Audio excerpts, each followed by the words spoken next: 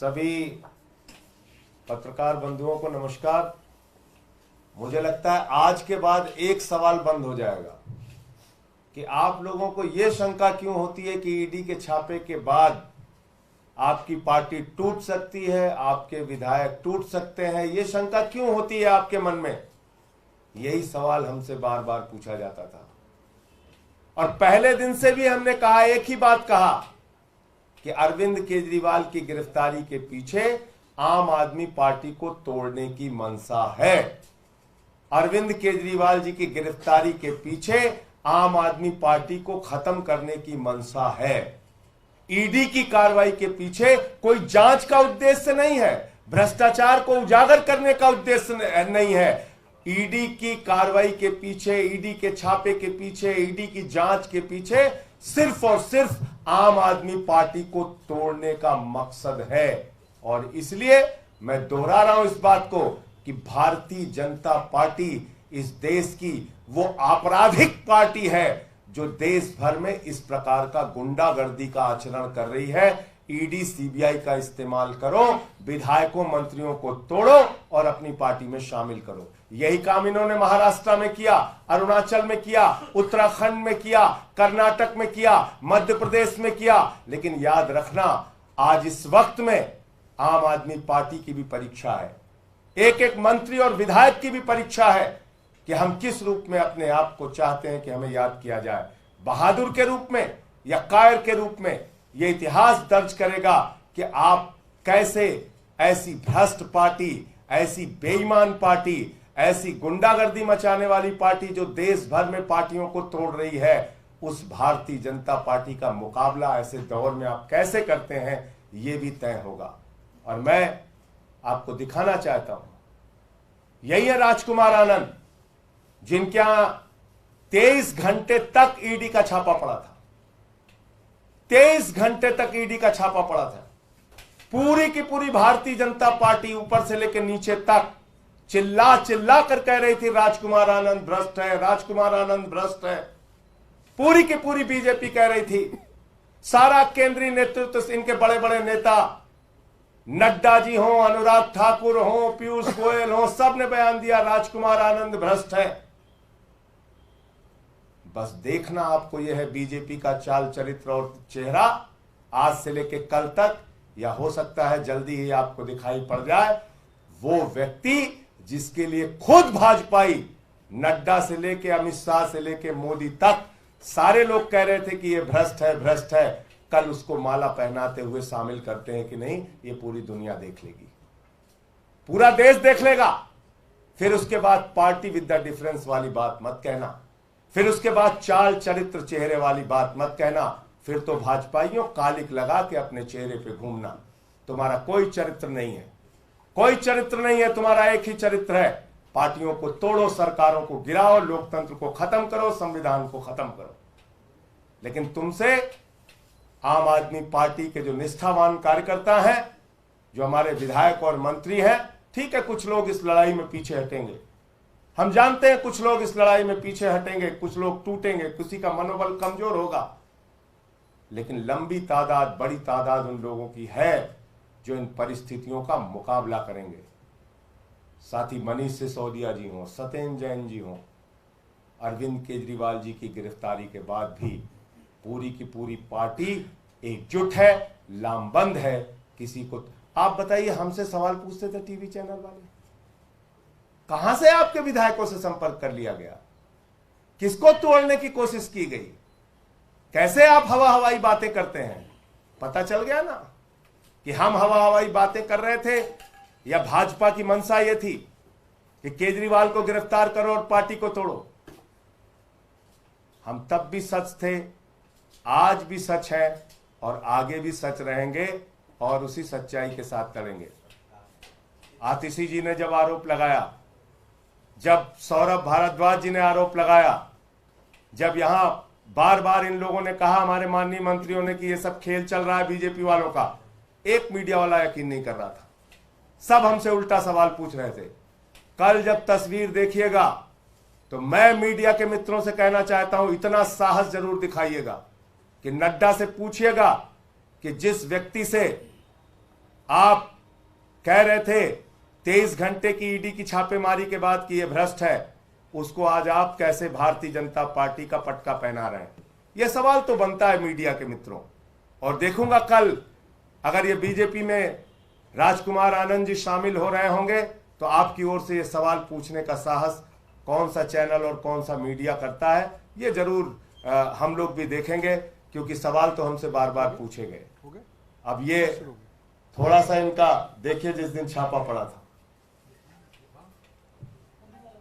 यही चलाओ, ये बीजेपी का बयान आया था उस दिन। आम आदमी पार्टी और केजरीवाल जी को समझना चाहिए कि आज धरने और ड्रामे का समय नहीं है, आज अपने दायित्व को निभाने का समय है, जांच में हिस्सा बनने का समय है, विक्टिमहुड कार्ड नहीं भ्रष्टाचार का रिपोर्ट कार्ड देने का समय है। बस रोक दो। और जो पार्टी ये भ्रष्टाचार का रिपोर्ट कार्ड मांग रहे थे जिस दिन ईडी का छापा पड़ा था राजकुमार आनंद पे। तो और बाकी क्योंकि सरकार के वरिष्ठ मंत्री हैं सौरभ भारद्वाज जी, इनको बीच बीच में जब मैं उस वक्त जेल में होता था तो जेल में टीवी जो चलती थी समाचार देखता था, बहुत सारी सच्चाई का खुलासा पहले भी ये कर चुके हैं। मैं चाहूंगा आपके सामने विस्तार से अपनी बात रखेंगे। संजय जी ने जैसा कहा, आज पार्टी के लिए वो क्षण है जिसमें कहा जाता है कि हमने कहा था, हमने बताया था, बार बार बताया था, अरविंद केजरीवाल जी को गिरफ्तार करने के पीछे पार्टी को तोड़ना और दिल्ली और पंजाब की सरकारों को गिराना ये मंशा है। और ये बार बार अरविंद केजरीवाल जी कह रहे थे। बहुत सारे साथियों को लगेगा कि हमें राजकुमार भाई से आज बहुत नफरत है, हम उनको धोखेबाज कहेंगे, हम उनको बेईमान कहेंगे, हम उनको ऐसा कुछ नहीं कहेंगे। मैं मानता हूं एक परिवार चलाने वाला आदमी, बच्चे हैं, परिवार है, इज्जत है, रिश्तेदार हैं, ऐसे में ईडी पकड़ के ले जाएगी, तिहाड़ में सालों सड़ाया जाएगा, ये सुन के वो डर गए। हर आदमी संजय सिंह नहीं है, मुझे लगता है कि वो डर गए। कई बार पार्टी कुलीग से ये बात कह रहे थे कि जैसे ही थोड़ा एक्टिव होता हूं फोन आ जाता है।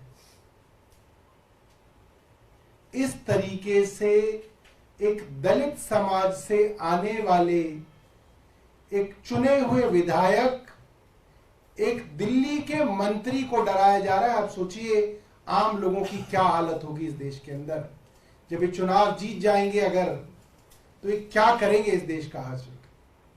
थोड़ी राजनीतिक बात भी करूंगा। पटेल नगर एक रिजर्व्ड कॉन्स्टिट्यूएंसी है।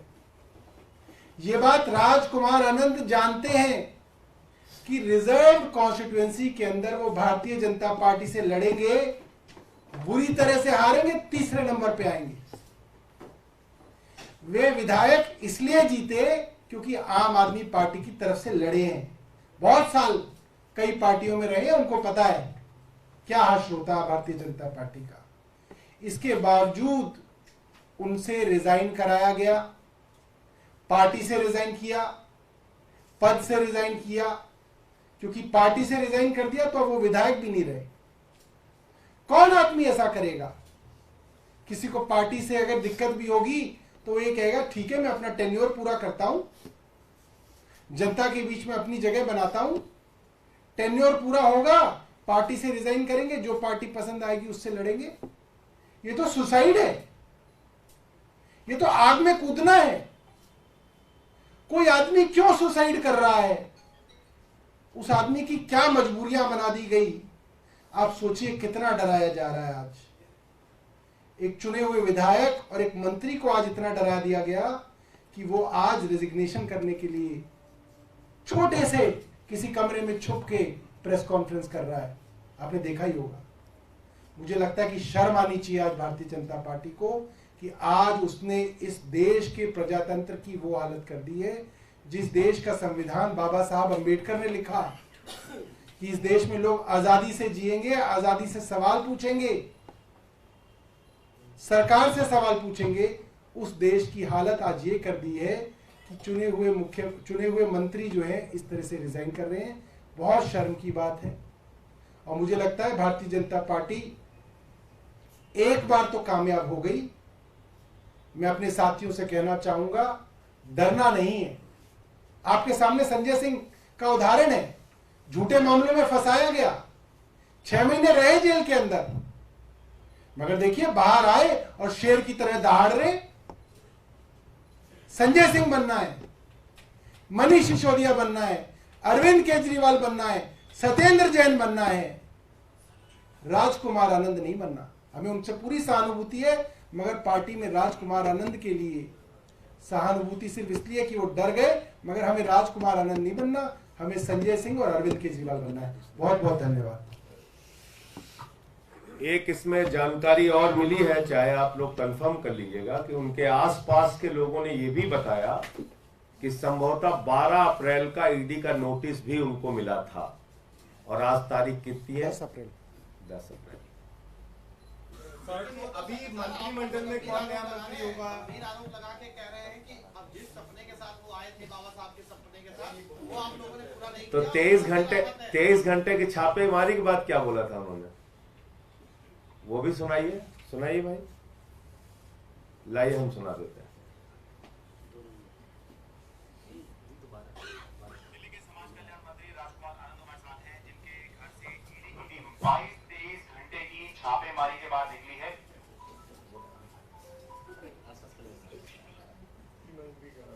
सुबह ईडी की टीम आ गई थी और शुक्रवार यानी कि आज सुबह ईडी की टीम निकली है। सर बहुत बहुत स्वागत है आपका। 22-23 घंटे ईडी की टीम आपके घर पे रही। तो एक सवाल उठ रहा है, कितनी चर्चा चल रही थी कि 22-23 घंटे में ईडी ने क्या ढूंढ लिया या क्या उनको मिल गया?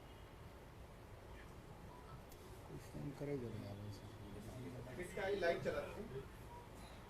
लाइव चला गया बैरल।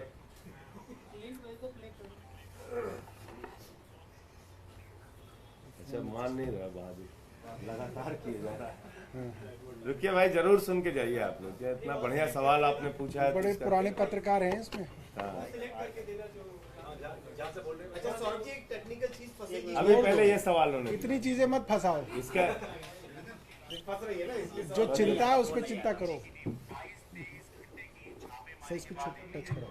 सुबह ईडी की टीम आ गई थी और शुक्रवार यानी कि आज सुबह ईडी की टीम निकली है। सर बहुत बहुत स्वागत है आपका। 22-23 घंटे ईडी की टीम आपके घर पे रही। तो पहले तो यही सवाल उठ रहा है, कितनी चर्चा चल रही थी कि 22-23 घंटे में ईडी ने क्या ढूंढ लिया या क्या उनको मिल गया? कुछ भी नहीं उनको मिला। पूरे दिन वो बार बार अपनी कमरों में बार बार जाते रहे, कुछ छुपाया होगा, कुछ तो मिलेगा आपके पास, कुछ और कैश होगा, कुछ ज्वेलरी होगी, लेकिन जो है वो है। तो उनको अंदर कुछ नहीं मिला। और अजीबोगरीब तरह के सवाल, कार्पोरेट से नाम बता देते, इन लोगों को जानते हो आप? अरे भाई मैं तो सुना ही पहली बार है नाम। तो इस तरह से वो टाइम किल करते थे और कुछ नहीं। इससे पहले आम आदमी पार्टी के और नेताओं के घर पर या दिल्ली सरकार के और मंत्रियों के घर पर भी ईडी ने कार्रवाई की। तो उसमें हमने देखा कि 6-7 बजे के आसपास जो है ईडी अपनी कार्रवाई करके निकल जाती है। टाइम तो वही होता आने का सुबह का, लेकिन 6-7 बजे निकल जाती है। तो उसके बाद जब 6-7 बजे से रात हो गई तो चर्चा चलने लगी कहीं आप गिरफ्तार तो नहीं हो रहे हैं। तो आपको भी लग रहा था कि गिरफ्तारी आज हो सकती है? हमें भी यही लग रहा था कि 6 बजे तक ये निकल जाएगी। और जब उसको उतना लेट हो गए तो हमें भी एक बार लगा।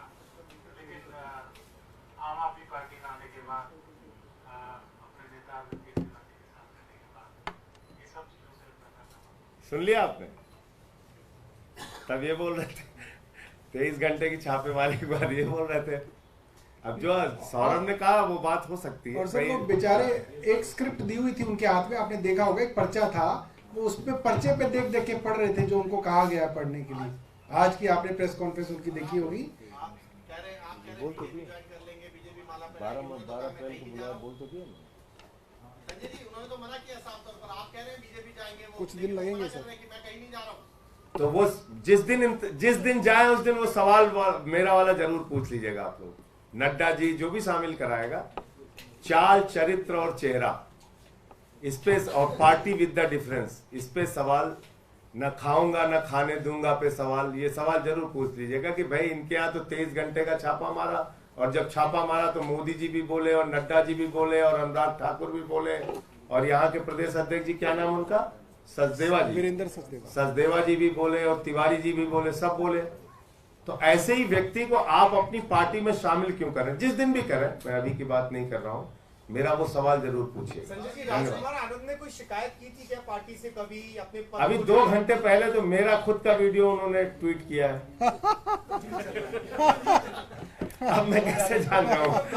2 घंटे पहले 2:42 पे जैसे वो बॉक्सर साहब का जो है रात में सोने के बाद सुबह हृदय परिवर्तन, तो राजकुमार आनंद जी ने अभी 2 घंटे पहले मेरा खुद का वीडियो ट्वीट किया। इसलिए जो सौरभ ने कहा कि सहानुभूति हो सकती है, परिवार है उनका, हो सकता है दबाव न झेल पाए हो, लेकिन ऐसे ही वक्त में बहादुरों की परीक्षा होती है, और आपके ऊपर जब संकट की घड़ी है तभी आपकी बहादुरी का परिचय होता है। तो अब आपको तय करना है कि किस तरह से देखें। बता रहे थे कि आपने अनरिजर्व सीट पर जो है एक दलित को टिकट दे दिया और खड़ा कर दिया लोकसभा चुनाव में, यहाँ तो आप ही ये कह रहे हैं कि दलितों को आप लोग सम्मान नहीं करते।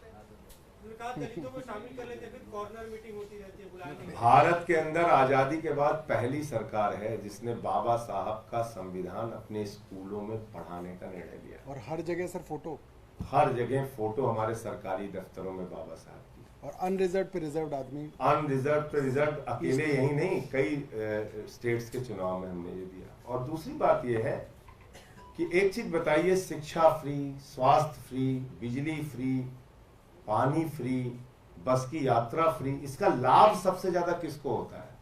समाज के वंचित तबके को इसका सबसे ज्यादा लाभ होता है।